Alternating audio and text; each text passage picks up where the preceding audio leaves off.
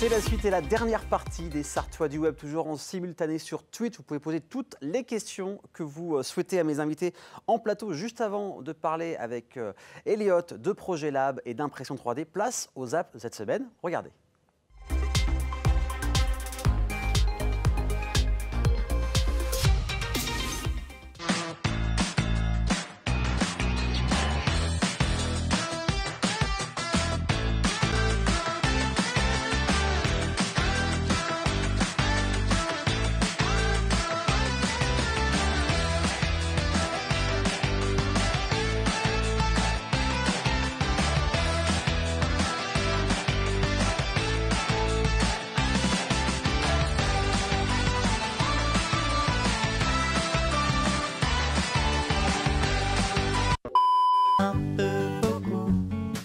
Passionnément à la folie, pas du tout. Sur mon vélo, je pédale. Je vais demander aux pétales, est-ce qu'elle m'aime un peu beaucoup? Passionnément à la folie, pas du tout.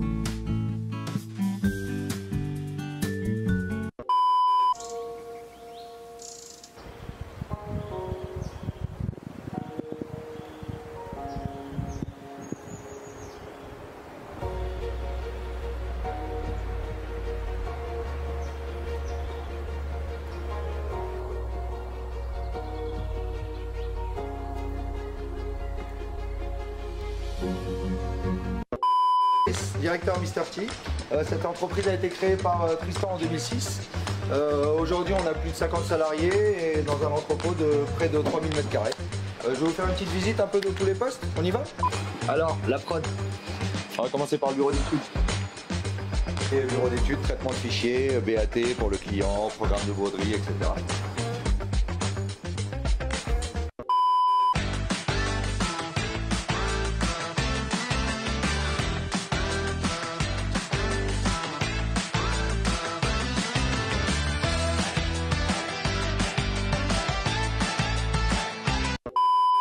Je vais aller au parc, avec mon sac à dos je vais sauter dans les feuilles. Et les flaques d'eau je vais aller au parc, avec mon sac à dos je vais sauter dans les feuilles.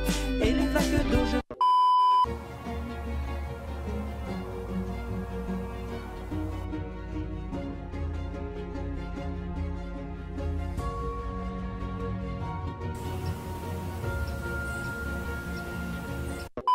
On les passe au four, tout simplement. Dans la broderie? La broderie, un peu plus de bruit, hein, donc je vais peut-être parler un peu plus fort. Ok. Parc de broderie, donc avec 27 têtes de broderie, avec des 4 têtes, des 6 têtes et une 8 têtes. Et sur les monotêtes, on va faire des tests.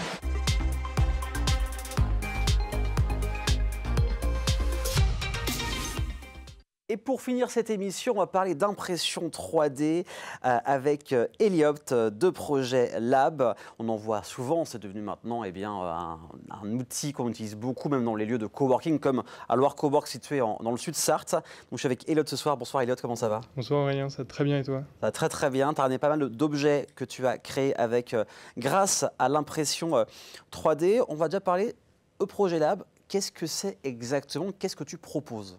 Alors, Projet Lab, c'est une entreprise qui fait de l'accompagnement pour l'impression 3D. Aujourd'hui, l'impression 3D, on entend de plus en plus parler, mais c'est quand même une technologie qui peut être un petit peu difficile à aborder, parce qu'on connaît d'autres techniques de fabrication, ça reste assez récent, l'impression 3D. Donc nous, on va accompagner, analyser un projet, créer un cahier des charges, faire de la CAO, donc le dessin en 3D, et puis ensuite imprimer les pièces. Et donc ça permet de créer des objets et de donner vie à des projets que des gens peuvent avoir. Avant de parler des différents projets, de ce que tu as ramené aussi sur le plateau, est-ce que tu te rappelles la première fois que tu as fait fonctionner une imprimante 3D ou que tu as vu une imprimante 3D? Je pense m'en souvenir. Alors, c'est probablement la toute première fois, si ce n'est pas la première fois, ça devait être au moins la 2e ou la 3e fois. C'était dans un hackerspace, un Fab Lab au Mans, le Home, ça s'appelle. Et donc j'étais toujours passionné par l'impression 3D depuis très longtemps maintenant, et j'avais testé ma première imprimante 3D là-bas, où justement j'avais dessiné des modèles en 3D, j'avais imprimé il y a quelques années. C'est un peu le déclic, le début de tout ça? Exactement. Alors ça faisait un moment que j'en entendais parler, ça faisait un moment que je faisais des modèles 3D, mais c'était la première fois que j'utilisais, c'était le vrai déclic de matérialiser ces idées. Et l'autre déclic de créer Projet Lab, c'est venu comment? cette envie? C'est venu petit à petit. C'était pas prévu au départ. Ouais. C'était vraiment purement par passion pour l'impression 3D, où je faisais de l'impression 3D depuis déjà quelques années. C'est arrivé un petit peu avec le Covid, comme beaucoup de projets Comme finalement. beaucoup de choses qui ont changé. Ouais. C'est ça. Parce qu'en fait, j'ai commencé à partager un petit peu mes créations, à parler évidemment comme j'aime l'impression 3D avec des proches. Et petit à petit, en parlant de plus en plus d'impression 3D, les gens autour de moi ont commencé à me dire « Ah, ce serait sympa si tu pouvais faire ça. Ce serait sympa si moi j'ai un projet, si tu pouvais m'aider à le matérialiser. » Et donc, je me suis dit que dans mon cercle proche, s'il y avait des demandes, il y en avait probablement autour de mon cercle proche aussi. Et donc, avec un ami, Julien Isser, qui est le cofondateur de Projet Lab, on a décidé de matérialiser un petit peu cette idée et de cofonder Projet Lab pour pouvoir répondre à tout ça. Donc ça, plus ça, plus ça, plus ça. On se dit qu'il y a un petit truc qui doit se faire. Donc, en termes de projet, qu'est-ce que tu peux faire en fait comme type de projet avec les entreprises, par exemple, locales ou même ailleurs, hein? Quelles sont les demandes en général? Alors, on a pas mal de demandes. Ce qu'on a quand même remarqué, c'est qu'il y a un gros focus sur les maquettes. Donc, par exemple, on a des maquettes industrielles, pour, par exemple, EDF, pour les citer, où ils ont des sites industriels où ils voudraient faire visiter des élèves ou des gens externes à la société et leur faire découvrir comment fonctionnent ces sites. Malheureusement, par mesure de sécurité, c'est pas toujours facile. Évidemment. Et donc, leur faire des maquettes réduites, à la fois visuelles, mais aussi parfois fonctionnelles, qui permettent d'expliquer comment fonctionne une centrale hydroélectrique, par exemple, ça, en impression 3D, on est capable de le faire.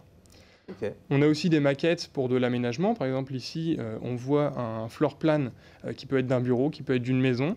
On a travaillé, par exemple, en local avec Natibox, qui est une société qui fabrique des petites maisons un petit peu en style conteneur qu'on va mettre dans son jardin ou sur un terrain vague, mais c'est de l'ossature bois, ils fabriquent ça en France.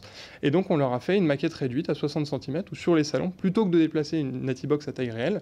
Les clients peuvent s'imager cette Natibox, déplacer différents modules, parce que c'est des maisons qui sont modulaires. D'accord. Et en impression 3D, on peut tout représenter comme ça. Là, tu as plein de choses diverses et variées. Et j'ai vu aussi, sur ce que tu nous as envoyé, Lamborghini.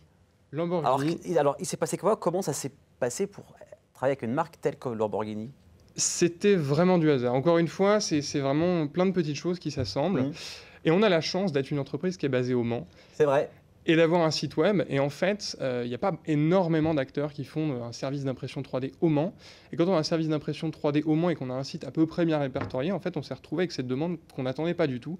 Un soir, le soir juste avant les essais, cette année, on a reçu un mail de Lamborghini qui nous dit « J'ai besoin d'une pièce demain pour les essais.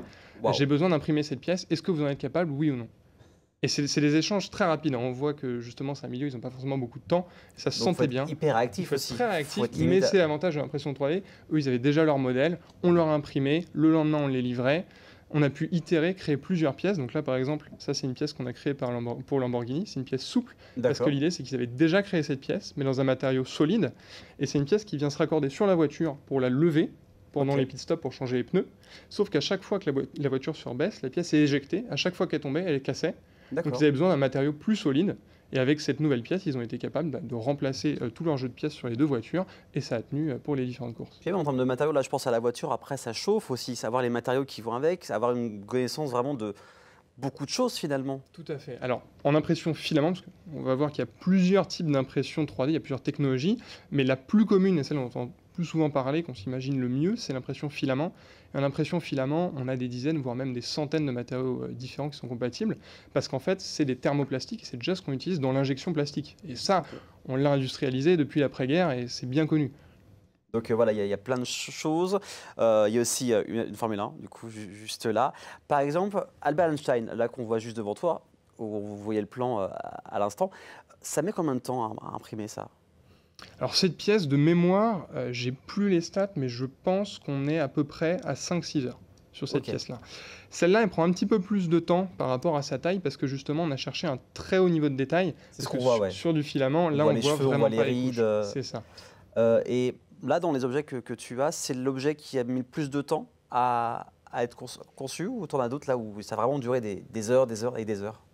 Alors, ça dépend comment on voit le projet, parce que celui qui aura pris le plus de temps, ça va être cette voiture juste ici. D'accord. Et c'est pas le temps d'impression. Ça, c'est parce que c'est un projet complètement externe où on est venu imprimer la voiture, on est venu travailler le bois en dessous, donc c'est du bois qu'on a coupé sur mesure, qu'on a gravé au laser, on a mis des patins dessus, et il y a eu beaucoup de travail de post-traitement, parce que du coup, là, c'est pas la même technologie d'impression, c'est de l'impression résine, donc il y a beaucoup de post-traitement à la main. Donc là, il y a eu un vrai travail manuel, donc ça a pris du temps.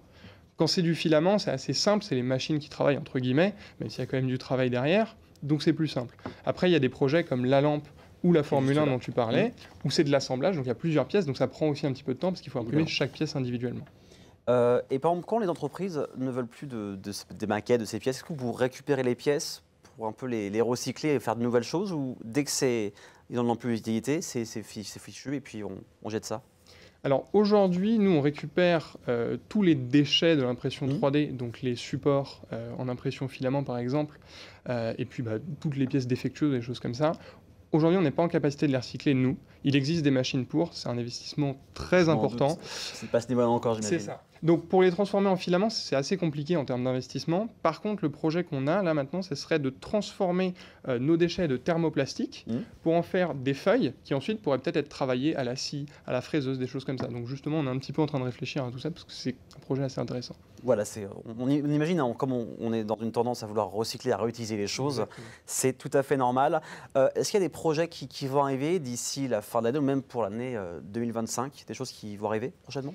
Et bien justement, EDF, ça vient de commencer ce projet. Donc on a plusieurs maquettes qu'on va réaliser pour EDF, un site sur une centrale à représenter. Donc ça, c'est un projet assez sympa, un projet de longue envergure. Puis après, on a des projets à droite, à gauche. On travaille régulièrement avec Brin, qui est basé au Mans, justement. Exactement. Et ils font du mobilier en carton. Exactement. Et donc, on fait les connecteurs qui permettent de connecter les différentes pièces en carton. Donc, assez régulièrement, en fonction des projets, ils ont besoin de connecteurs différents sur mesure. Et donc, c'est ce qu'on fait. Puis Brin, très très connu. Ils ont même en Europe, hein, ils avaient même, je me rappelle, mis des tabourets en carton pour la Gamescom. Donc, c'est un salon de jeux vidéo en Allemagne, le plus grand d'Europe. Donc voilà, on a des belles choses en Sarthe, comme toi avec E-Projet Lab. Pour te contacter, si les gens qui nous regardent ont des projets d'impression 3D, comment ça se passe? LinkedIn, il y a un site? Où est-ce qu'on Il y a un trouve site, tout à fait, eprojetlab.fr. Ok. Donc sur ce site-là, il y a des formulaires de contact, il y a la possibilité de nous contacter directement, il y a aussi le numéro de téléphone, et puis sinon sur contact@eprojetlab.fr. De là, on peut nous envoyer un mail et on y répondra. Puis vous discutez, puis on voit par rapport à ces différents projets. En tout cas, Elliot, merci beaucoup d'avoir amené toutes ces créations, d'avoir parlé d'impression 3D. Et ben on va suivre ça de très près et puis voir ce qui va se passer par la suite. Avec plaisir. Merci beaucoup pour l'invitation. Avec plaisir, bon courage pour la suite et puis plein de beaux projets. Merci à vous de nous avoir suivis encore une fois sur LMTV Sarthe. On revient la semaine prochaine, même jour, même heure. Passez une excellente soirée et un super week-end sur LMTV Sarthe. À bientôt.